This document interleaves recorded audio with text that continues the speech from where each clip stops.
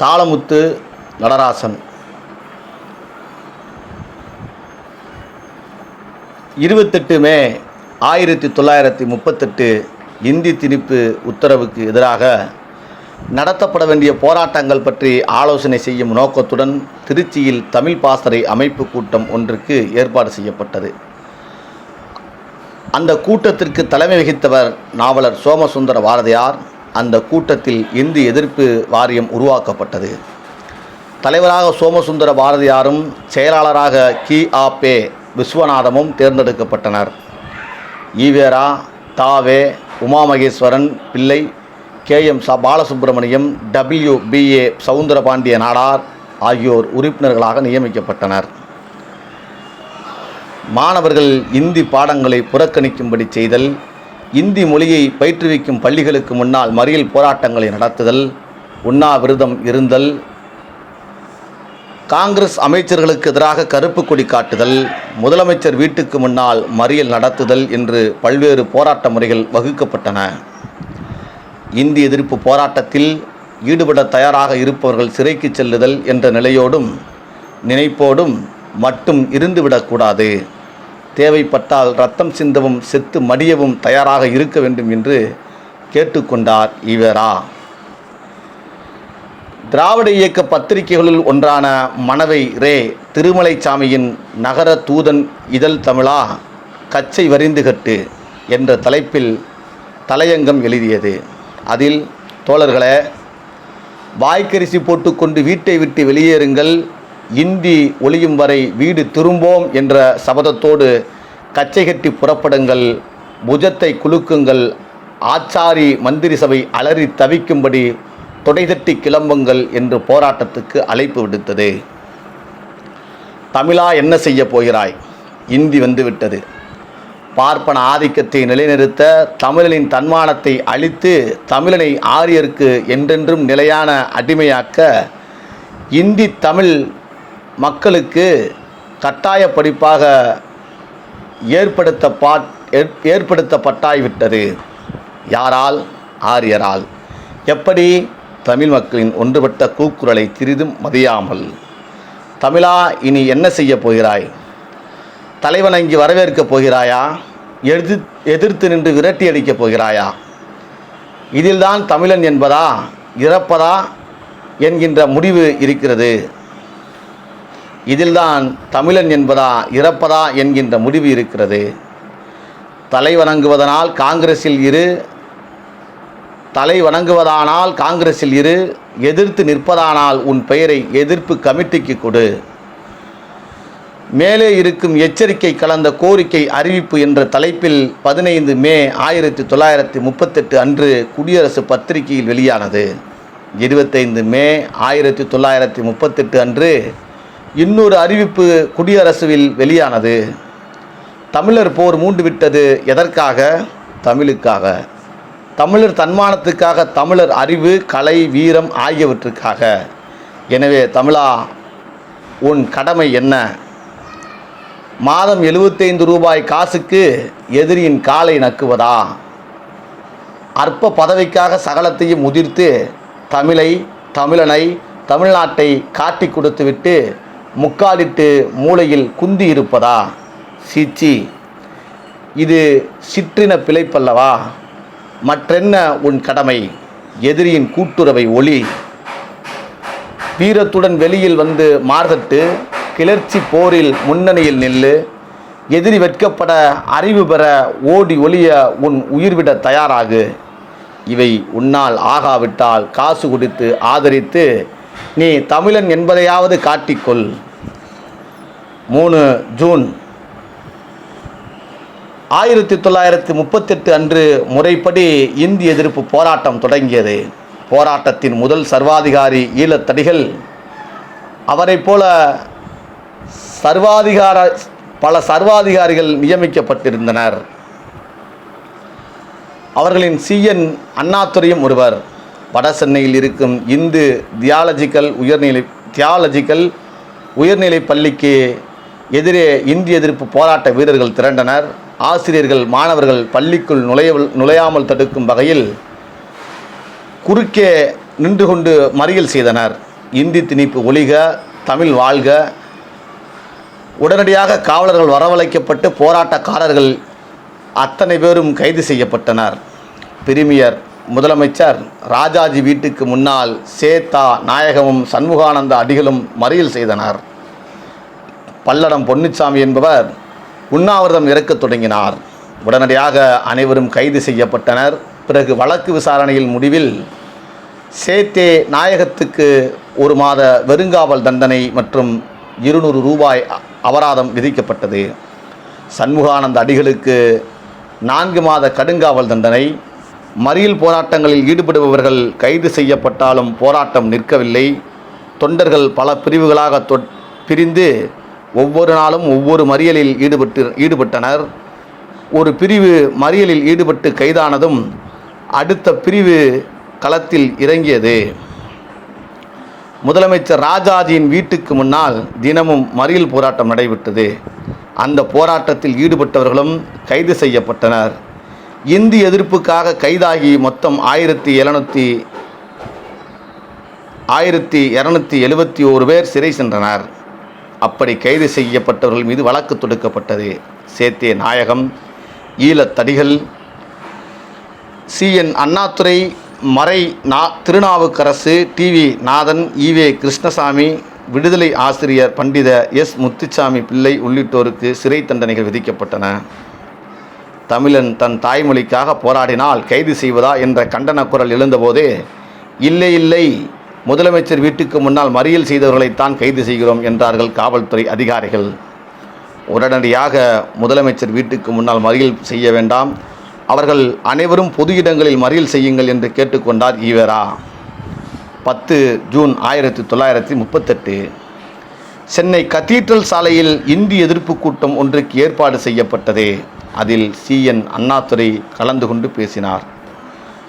அவர் பேசி 3 மாதங்கள் கழித்து அந்த பேச்சுக்காக அவர் மீது வழக்கு தொடுக்கப்பட்டு 4 மாத சிறை தண்டனை வழங்கப்பட்டது. தலைவர்கள் கைது செய்யப்பட்டதும் போராட்டத்தை தொடரும் பொறுப்பை மாணவர்கள் ஏற்றுக்கொண்டனர். அவர்கள் இந்தி எதிர்ப்பு கூட்டங்களுக்கு ஏற்பாடு செய்து சிறை செல்லாமல் எஞ்சியிருக்கும் தலைவர்களை கொண்டு பேசச் செய்தனர். இந்தி எதிர்ப்பு இயக்கத்தின் சார்பாக தமிழர் பெரும்படை ஒன்றை திருச்சியிலிருந்து சென்னை நோக்கி நடைப்பயணமாக வரவழைக்க ஏற்பாடுகள் செய்யப்பட்டன. கிட்டத்தட்ட 100 பேர் கொண்ட குமாரசாமி பிள்ளை தலைமை வகித்தார். அந்த இந்தி எதிர்ப்பு படைக்கு யுத்த மந்திரியாக நகர தூதன் இதழின் ஆசிரியர் மணப்பாறை திரு திருமலைசாமியும், படைத்தலைவராக பட்டுக்கோட்டை KV அழகிரிசாமியும் தேர்ந்தெடுக்கப்பட்டனர். அந்த படையில் பாவலர் பாலசுந்தரம், திருப்பூர் மொய்தீன், மூவலூர் ராமாமிர்தம் அம்மையார் ஆகியோர் கலந்து கொண்டனர். 1 ஆகஸ்ட் 1938 அன்று திருச்சிக்கு அருகே உள்ள உறையூரில் இருந்து இந்திய எதிர்ப்பு படை புறப்பட்டது. வழிநடுக பாடல் ஒன்றை பாடியபடியே நடந்தது. அந்த பாடலை எழுதி கொடுத்தவர் புரட்சி கவிஞர் பாரதிதாசன். அந்த பாடல் இங்கே: இந்திக்கு தமிழ்நாட்டில் ஆதிக்கமாம், நீங்கள் எல்லோரும் வாருங்கள் நாட்டினரே, செந்தமிழுக்கு தீமை வந்த பின்னும் இந்த தேகம் இருந்தொரு லாபம் உண்டோ, விந்தை தமிழ்மொழி எங்கள் மொழி, இது வீர தமிழ் மக்கள் ஆவி என்போம், இந்திக்கு சலுகை தந்திடுவார் அந்த ஈனரை காரி உமிழ்ந்திடுவோம், இப்புவி தோன்றிய நாள் முதலாய் எங்கள் இன்பத் தமிழ்மொழி உண்டு கண்டீர், தமிழ்மொழி உண்டு கண்டீர், தப்பிலை தார் இங்கு வாழ்ந்ததில்லை, இந்த தான்தோன்றிக்கென்ன ஆணவமோ, எப்பக்கம் வந்து புகுந்துவிடும் இந்தி எத்தனை பட்டாளம் கூட்டி வரும், அற்பம் என்போம் அந்த இந்திதனை அதன் ஆதிக்கந்தனை புதைத்திடுவோம்,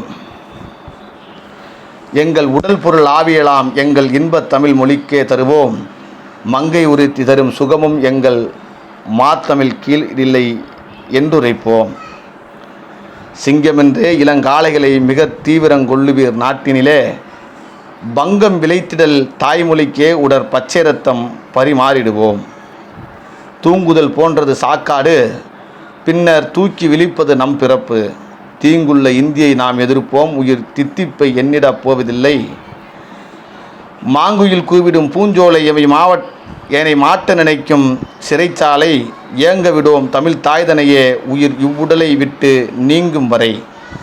மொத்தம் 42 நாள்களுக்கு நீடித்தது அந்த பயணம். 11 செப்டம்பர் 1938 அன்று அந்த பெரும்படை சென்னை நகருக்கு வந்தடைந்தது. 234 ஊர்களை கடந்து 84 பொதுக்கூட்டங்களை நடத்தி வந்திருந்தது அந்த படை. அப்போது அவர்களை வரவேற்க சென்னை கடற்கரையில் 70,000க்கும் மேற்பட்டோர் திரண்டிருந்தனர். அவர்களுக்காக திருவல்லிக்கேணி கடற்கரையில் நடத்தப்பட்ட பாராட்டு விழா கூட்டத்தில் Maraimalai Adigal, EVR, Somasundara Bharathiyar, PT Rajan, WBA Soundarapandiya Nadar, CN Annadurai ஆகியோர் கலந்து கொண்டனர். அதில் பேசிய ஈவேரா தமிழ்நாடு தமிழறிக்கை என்று கோஷம் எழுப்பினார். தமிழ்நாடு தமிழறிக்கை என்பதை உங்களுடைய உடலில் பச்சை குத்தி கொள்ளுங்கள் என்று குடியரசு பத்திரிகையில் எழுதினார். ஈவேரா இந்தி திணிப்பை கண்டிக்க தமிழர்கள் எத்தனை வேகத்துடன் புறப்பட்டுள்ளார்கள் என்பதை உணர்த்தும் வகையில் அமைந்தன கிளர்ச்சிகள். 13 நவம்பர் 1938 அன்று சென்னையில் பெண்கள் மாநாடு கூடியது. மறைமலை அடிகளின் மகள் நீலாம்பிகை அம்மையார் தலைமையில் கூடிய அந்த மாநாட்டில் ஈவேரா சிறப்புரையாற்றினார். அந்த மாநாட்டில் மூவலூர் ராமாமிர்தம் அம்மையார், டாக்டர் தர்மாம்பாள், அலர்மேலு மங்கை தாயாரம்மாள், மஞ்சுளாபாய் சண்முகம், புவனேஸ்வரி, NV நடராசனின் துணைவியார் உள்ளிட்டோர் கலந்து கொண்டனர். அந்த மாநாட்டில்தான் ஈவேராவுக்கு பெரியார் என்ற பட்டம் வழங்கப்பட்டது. இனி ஈவேரா பெரியார். பெண்கள் மாநாட்டுக்கு பிறகு அதிக அளவிலான பெண்கள் இந்தி திணிப்பை எதிர்த்து நடக்கும் போராட்டங்களில் தங்களை அதிக அளவில் ஈடுபடுத்தி கொண்டனர்.